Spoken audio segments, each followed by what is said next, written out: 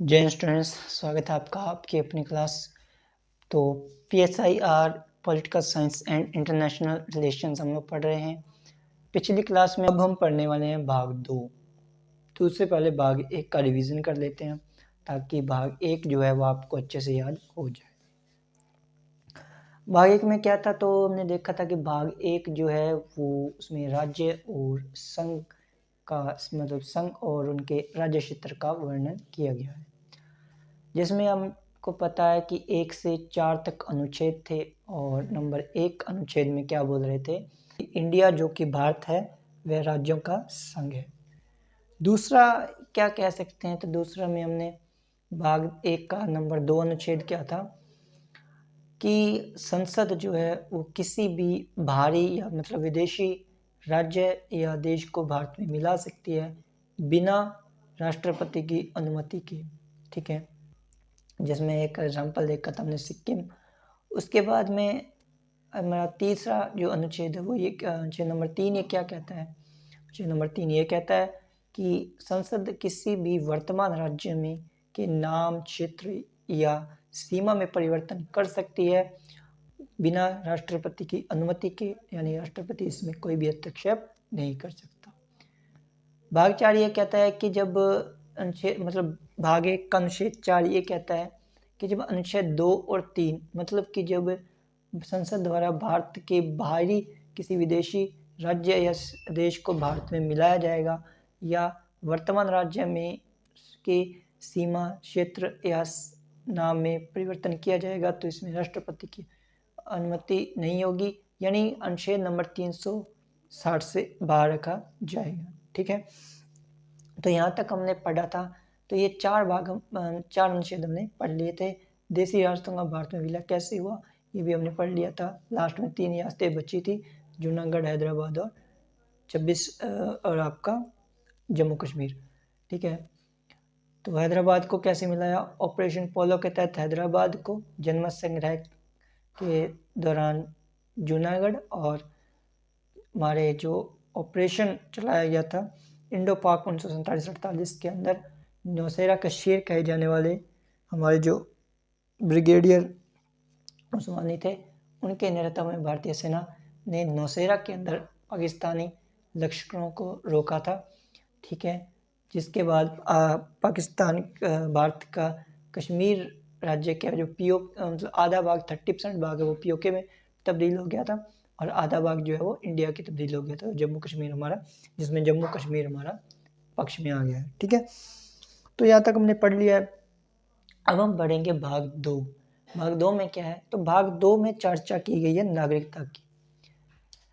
देखिए क्या होता है कि अब भारत के अंदर राज्यों का विलय हो चुका है भारत के अंदर, लेकिन अब भारत के अंदर रहने वाले लोगों को अधिकार दिए जाने चाहिए। ठीक है, कुछ विशेष अधिकार दिए जाने चाहिए जो सिर्फ भारत के लोगों को ही मिलेंगे। जो अधिकार हमें किससे मिलते हैं, नागरिकता के द्वारा दिए जाते हैं, मतलब जो भारत का नागरिक होगा उन्हें विशेष अधिकार दिए जाएंगे। ठीक है, तो नागरिकता क्या चीज़ होती है, नागरिकता क्या चीज़ होती है, सिटीजनशिप क्या चीज़ होती है कि भारत के संविधान मतलब भारत के सरकार द्वारा भारतीय लोगों को कुछ विशेष अधिकार दिए जाते हैं जिसे हम नागरिकता कहते हैं। भाग 2 में क्या है, तो भाग 2 में सिटीजनशिप की यानी कि नागरिकता की चर्चा की गई है। तो हम सबसे पहले देख लेते हैं कि नागरिकता जो है वो अनुच्छेद नंबर 5 से 11 के अंदर है।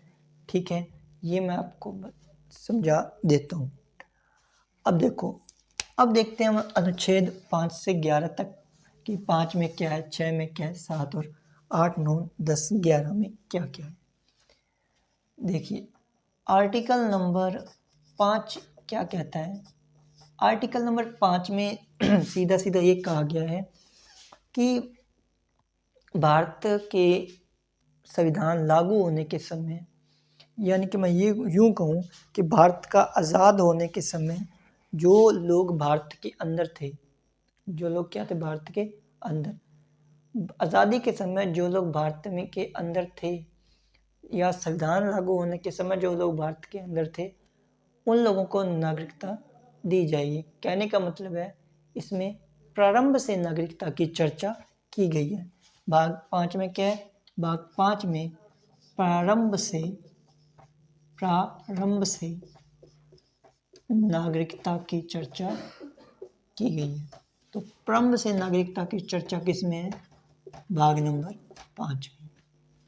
प्रारंभ से, स्टार्टिंग से सिटीजनशिप की चर्चा किस में? भाग 5 में। अनुच्छेद 6 ये कहते हैं, क्या कहते हैं कि अनुच्छेद 6 ये कहते हैं कि जो लोग पाकिस्तान से भारत में अंदर आए हैं, जो लोग पाकिस्तान से कहाँ गए? भारत में आ गए।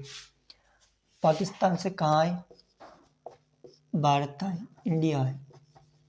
उन लोगों को नागरिकता दी जाएगी, उनको नागरिकता हम देंगे, उनको नागरिकता हम दे देंगे, नागरिकता दी जाएगी।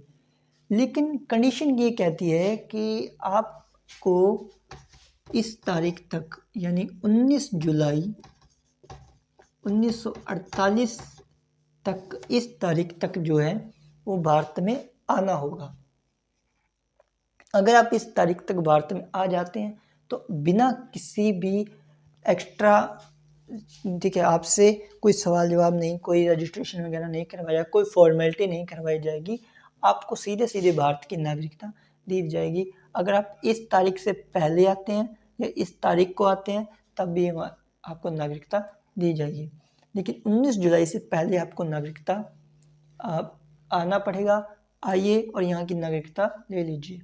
लेकिन अगर आप 19 जुलाई के बाद आते हैं, ठीक है, कुछ लोग 19 जुलाई के बाद आएंगे, ठीक है, पाकिस्तान से इंडिया लोग जो नागरिकता लेना चाहते हैं इंडिया की, वो 19 जुलाई 1948 से पहले आ जाएं। अगर आप इनके बाद आते हैं तो इसके बाद आपको परमिट लॉ लागू होता है। कौन सा लॉ?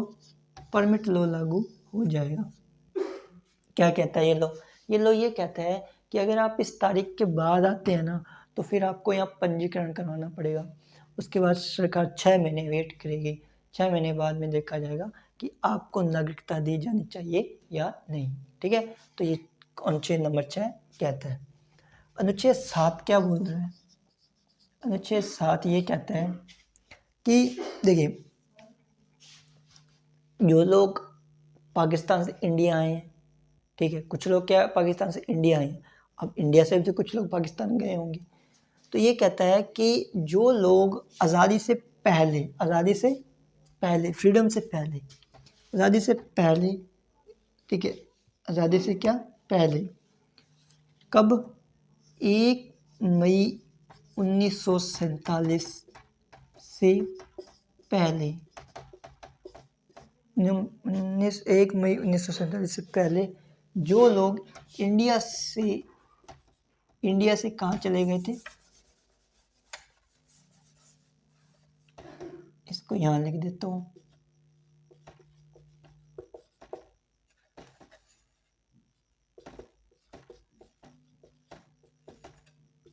जो लोग इंडिया से पाकिस्तान चले गए, पाकिस्तान से वापस इंडिया आए, पाकिस्तान से वापस क्या आए? इंडिया आ गए, उनको हम नागरिकता देंगे, उनको नागरिकता दी जाएगी। ठीक है, 1 मई 1947 से पहले जो लोग इंडिया से पाकिस्तान चले गए थे और पाकिस्तान से वापस इंडिया आए हैं, उनको भी नागरिकता दी जाएगी। लेकिन कंडीशन ये कहता है कि 1 मई से पहले आपको, 1 मई 1947 से पहले जो लोग चले गए थे, ठीक है, उनको नागरिकता हम लोग देंगे।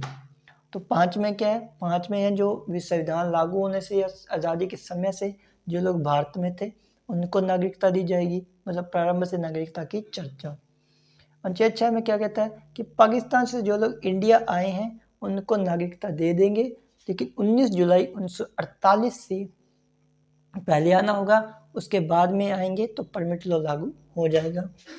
अनुच्छेद 7 ये कहता है कि 1 मई 1947 से पहले जो लोग इंडिया से पाकिस्तान चले गए थे और वापस पाकिस्तान से इंडिया आए हैं उनको नागरिकता हम लोग देंगे। ठीक है, तो ये 5, 6, 7 तीनों ही याद हो गए। अब हम आगे बढ़ते हैं। अनुच्छेद 11 ये कहता है कि सुनिए, अनुच्छेद 11 क्या कहता है? अनुच्छेद ये 11 ये कहता है कि नागरिकता संबंधी जितने भी नियम है ना, नागरिकता संबंधी जितने भी नियम है, तो नागरिकता संबंधी नियम, नागरिकता संबंधी जो नियम है ना, ये नियम कौन बनाएगा? ये नियम बनाने का अधिकार जो है वो कौन बनाएगा? वो संसद कौन बनाएगा? संसद द्वारा बनाए जाएंगे। और ये संसद जो है ये गृह मंत्रालय के अधीन होगी। किसके अधीन होगी? गृह मंत्रालय के अधीन होगी। ठीक है, तो ये आपको याद रखनी है। अनुच्छेद 11 क्या कहता है कि नागरिकता संबंधी जो नियम है वो कौन बनाएगा? वो संसद बनाएगी, और संसद जो है वो गृह मंत्रालय के अधीन रहेगी। ठीक है, तो ये थे हमारे अनुच्छेद नंबर 5 से 11 भाग नंबर 2 नागरिकता। ठीक है, 5 में क्या था? 5 में ये था कि प्रारंभ से नागरिकता की चर्चा है। 5 में भारत के अंदर जो रहे, भारत में जो प्रारंभ से थे, आज़ादी के समय या भारत संविधान लागू के समय से थे, उनको क्या मिलेगी? नागरिकता दे जाएगी। अनुच्छेद 6 ये कहता है कि जो लोग पाकिस्तान से भारत आ गए हैं उनको नागरिकता दे देंगे, लेकिन 19 जुलाई 1947 से पहले आना होगा, उसके बाद में परमिट लागू हो जाएगा। अनुच्छेद 7 ये कहता है अनुच्छेद 7 ये कहता है कि जो लोग इंडिया से पाकिस्तान चले गए, पाकिस्तान से इंडिया आए हैं, यानी कि 1 मई 1947 से पहले जो लोग इंडिया से पाकिस्तान चले गए थे और पाकिस्तान से वापस इंडिया आए हैं, उनको नागरिकता दे दी जाएगी। ठीक है, अनुच्छेद 8 ये कहता है कि भारत के नागरिक को विदेश में भ्रमण करने, नौकरी करने या विवाह करने का अधिकार दिया जाएगा। अनुच्छेद 9 ये कहता है कि भारत का नागरिक यदि विदेश की नागरिकता स्वीकार कर लेता है तो भारत की नागरिकता अपने आप रद्द हो जाएगी। अनुच्छेद 10 ये कहता है कि आपकी नागरिकता तब तक सुरक्षित है जब तक आप कोई देशद्रोही कार्य न कर दो। और अनुच्छेद 11 ये कहता है कि संसद जो है वो नागरिकता संबंधी नियम बनाएगी, और संसद गृह मंत्रालय के अधीन रहेगी। तो ये 5 से 11 तक अनुच्छेद थे जो हमने पढ़ लिए हैं। नेक्स्ट क्लास में आपको नागरिकता जो है वो किस तरह से मिलती है, मतलब नागरिकता अधिनियम 1955 हम लोग पढ़ने वाले हैं। तो वही क्लास देख लीजिएगा अगर नहीं देखी है पिछली तो, और बाकी कैसे लगी क्लास कमेंट में ज़रूर बताइएगा। और पूरा देखिए क्लास पूरा देखिए कि तभी समझ आएगा। फाउंडेशन बैच है, बिल्कुल फ्री बैच है, कोई फीस वगैरह नहीं है, यूट्यूब पे चल रहा है। तो और आपका PDF जो है मैं आपको लिंक दे दूँगा, व्हाट्सएप चैनल का लिंक दे दूँगा, जहाँ आपको मिल जाएगा, PDF मिल जाएगा। ठीक है, चलिए मिलते हैं नेक्स्ट क्लास में, तब तक के लिए जय हिंद।